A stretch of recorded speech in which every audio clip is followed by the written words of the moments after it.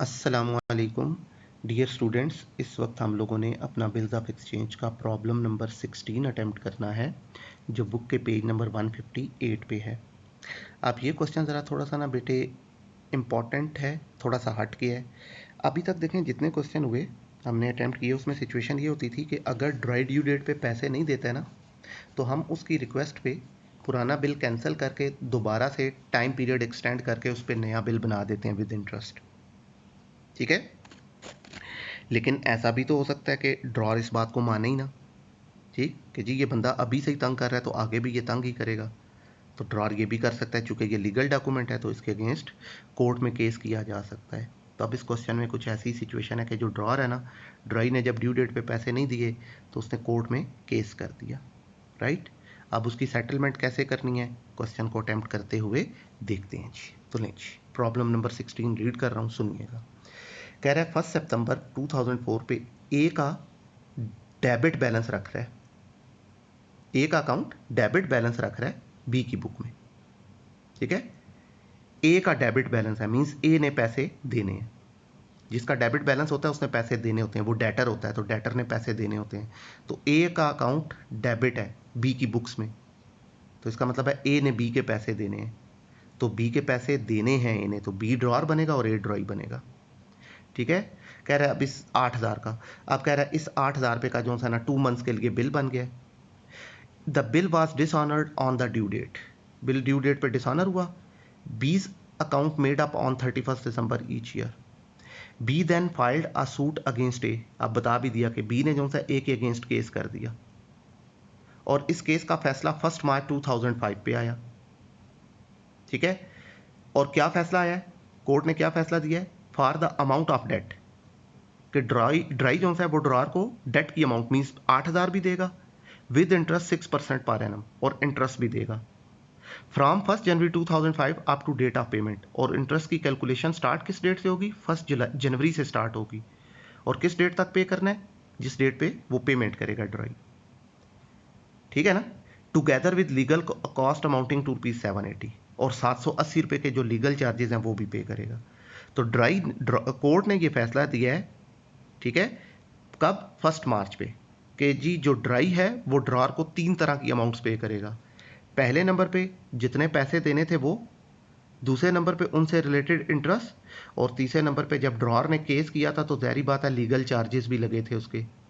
तो अब चूंकि ड्राई का फॉल्ट था, वो नहीं दिए उसने पैसे, तो ड्रॉर को केस करना पड़ा। तो ड्रॉर के जितने भी अखराजात थे कोर्ट के वो भी ड्राई पे करेगा। तो ये 3 तरह की अमाउंट पे करनी है। ये मार्च 1 पे डिसीजन दिया है। ठीक है, अब कह रहा है A paid the decreed amount on 16 March 2005, और जो ए है ना उसने ये पेमेंट 16 मार्च को कर दी है। ठीक, आपसे कह रहा है एंट्रीज पास करें इसकी बुक्स में, राइट। तो स्टार्ट लेते हैं बेटे।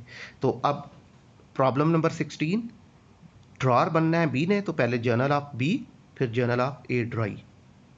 ठीक, तो स्टार्ट लेते हैं। हम बिल ऑफ एक्सचेंज के क्वेश्चन को कितने स्टेप में अटेम्प्ट करते हैं बेटे, 4 स्टेप। पहला स्टेप सेल एंड परचेज, वो इस क्वेश्चन में मौजूद नहीं है इसलिए उसको रिकॉर्ड करने की ज़रूरत नहीं है। दूसरा स्टेप बिल का ड्रॉ और एक्सेप्ट होना, तो बी ने बिल ड्रॉ किया इसलिए ये अपनी बुक में सितंबर 1 पे बिल रिसीवेबल को डेबिट करेगा, और ड्राई ने बिल को साइन करके एक्सेप्ट किया, ये अपनी बुक में बिल पेएबल अकाउंट को क्रेडिट करेगा। अब बी के पास क्रेडिट टाइटल नहीं है इसलिए ये ए को क्रेडिट कर देगा, और ए के पास डेबिट टाइटल नहीं है, ये बी को डेबिट कर देगा। अमाउंट कितनी आ जाएगी, वही 8,000 एंड 8,000। ये सेकंड स्टेप हो गया।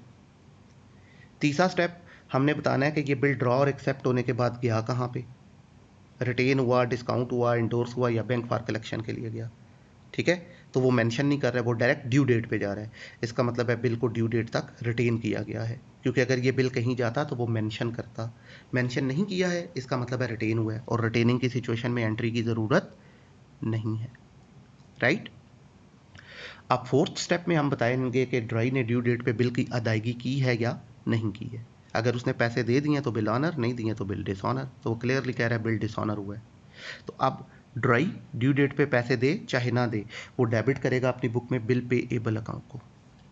अब पैसे चूके नहीं दिए इसलिए क्रेडिट में आ जाएगा बी, पैसे देता तो क्रेडिट कैश होता, नहीं दिए इसलिए क्रेडिट में आ जाएगा बी। अमाउंट कितनी आ जाएगी, वही 8,000। अब डेट कौन सी आएगी, सितंबर 1 पे ये 2 माह के लिए बना था, तो अक्टूबर 1, नवंबर 1 पे 2 महीने पूरे हो गए, 3 दिन एक्स्ट्रा दें तो नवंबर 4 ड्यू डेट बनती है, तो नवंबर 4 पे ये ड्रॉई ने एंट्री पास कर दी। अब नवंबर 4 पे ड्रॉर अपनी बुक में क्या एंट्री पास करेगा, वो डिसऑनर की सिचुएशन में हमेशा ड्रॉई को डेबिट करेगा, जो कि ए था, ए को डेबिट कर दिया उसने, और क्रेडिट किसे करेगा, बिल के होल्डर को। तो बिल कहाँ है, उसके अपने पास है, तो अपनी बुक्स में अपना नेम यूज नहीं होता है, इसलिए ये बिल रिसीवेबल को क्रेडिट कर देगा। कितने से, वही 8000 से। ठीक होगी बात बेटे। अब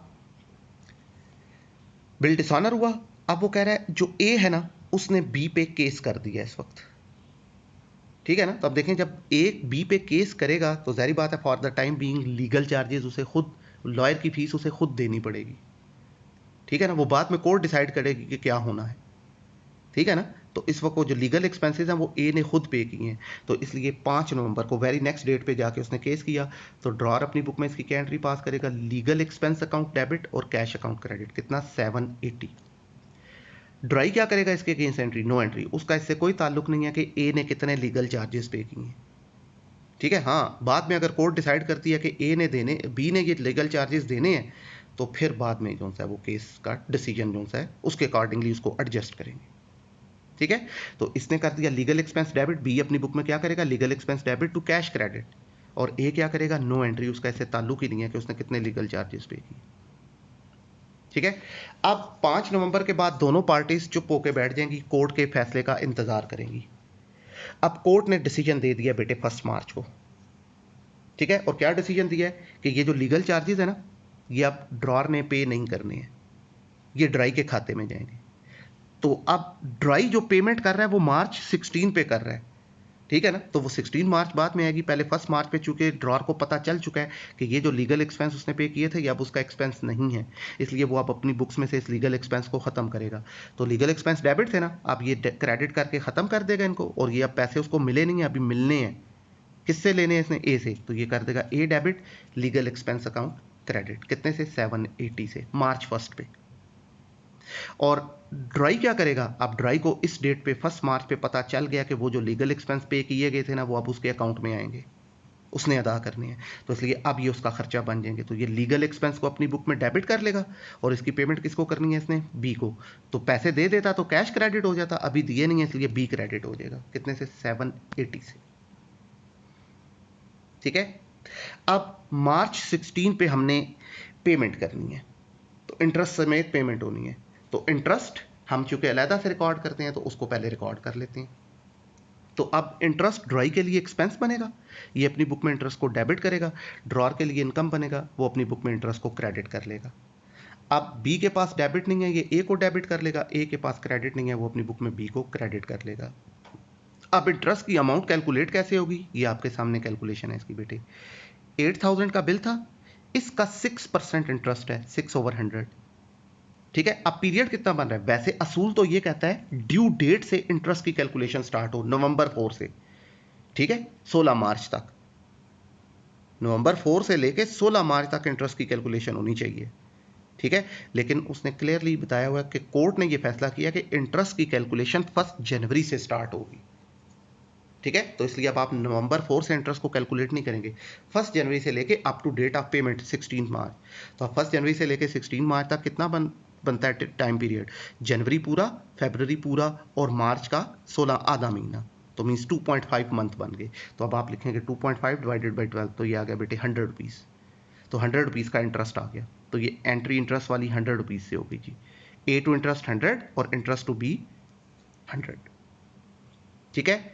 ये 16 मार्च को ये एंट्री होगी। अब इसी 16 मार्च को पैसे वसूल हो गए हैं, तो ए ने पैसे दिए हैं और बी ने पैसे लिए हैं, तो बी अपनी बुक में एंट्री पास करेगा बेटे, कैश को डेबिट कर लेगा, और ए अपनी बुक में कैश को क्रेडिट कर लेगा, क्योंकि बी ने पैसे वसूल किए हैं, ये अपनी बुक में कैश को डेबिट करेगा, ए ने पैसे दिए हैं, वो अपनी बुक में कैश को क्रेडिट करेगा।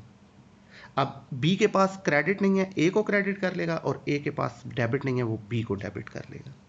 अब अमाउंट कैसे आएगी देखें, वो कितनी आ जाएगी हम लोगों के पास, 8000 बिल के, 100 रुपये इंटरेस्ट के, और 780 रुपये लीगल चार्जेस के, तो ये मिला के टोटल 8880 रुपीज़ बनते हैं। तो ये अमाउंट आपको 8880 रुपये की वसूल हो गई जी। इसने रिसीव कर ली, इसने पे कर दी 8880, तो इसके साथ ही बेटे ये हमारा क्वेश्चन नंबर 16 जो है वो हुआ कंप्लीट एंट्रीज के पॉइंट ऑफ व्यू से। अब उसने चूंकि हमसे कहा कि लेजर भी बनाएं, तो अब भी ए का लेजर बना लेते हैं। ये लें बेटे, ये आपके सामने है लेजर, डेबिट क्रेडिट, टॉप पे मिड में ए आ गया।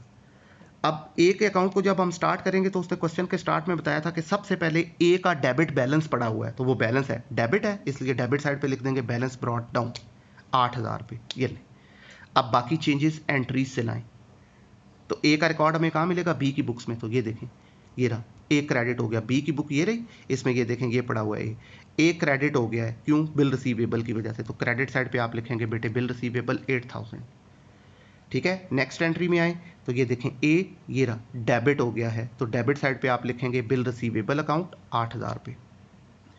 फिर नेक्स्ट एंट्री में आए तो ये देखें जी, यहाँ पे ए नहीं है, ये एंट्री नहीं जाएगी। यहाँ देखें ए जो है वो क्या हो गया, डेबिट हो गया, तो ये अमाउंट ए की डेबिट साइड पे आ जाएगी लीगल एक्सपेंस के नाम से 780। अगेन नेक्स्ट एंट्री में ए दोबारा डेबिट हो गया इंटरेस्ट की वजह से 100। फिर लास्ट एंट्री में ए क्रेडिट हो गया 8880। अब आप ए के लेजर को क्लोज करें, दोनों साइड्स खुद ही बराबर हो जाएंगी, क्योंकि जितने पैसे थे उसने अदा कर दिए हैं, ठीक है ना। तो ये अकाउंट खुद ही टैली हो जाएगा, दोनों साइड एक दूसरे के बराबर आएंगे, डिफरेंस नहीं आएगा। तो ये था बेटे हमारा प्रॉब्लम नंबर 16 जो कंप्लीट हुआ, ठीक है। तो इसके साथ ही हमारी यहाँ पे बिल्स ऑफ एक्सचेंज की पहली सिचुएशन खत्म हो गई, राइट। अब यहाँ से आगे हमारी बिल ऑफ एक्सचेंज की सेकंड सिचुएशन आती है accommodation of bill of exchange. वो क्या होता है वो इंशाल्लाह फिर नेक्स्ट लेक्चर में डिस्कस करेंगे कि accommodation of bill of exchange में हमने क्या करना होता है, ठीक है बेटे।